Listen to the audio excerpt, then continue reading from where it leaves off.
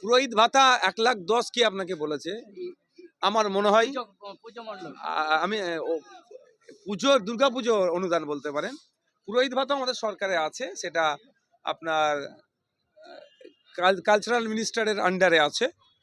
তো পুরোহিত ভাতাও আছে, ইমাম ভাতাও আছে। দেখুন একটা কথা বলি, আমি বলি অল্পতেই ইমামরা যদি সন্তুষ্ট হয়ে যায় কেন আর বাড়াবে?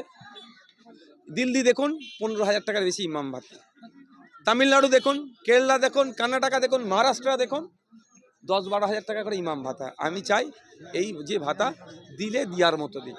আর একটা আপনাদের জানিয়ে রাখি ইমামদেরকে, মমতা ব্যানার্জি 2013-14 আশপাশে বলেছিলেন যে প্রত্যেকটা ইমামকে 3 কাঠা জায়গা দেওয়া হবে, তার পরিবারের ছেলে শিক্ষার দায়িত্ব মমতা ব্যানার্জি নেবে।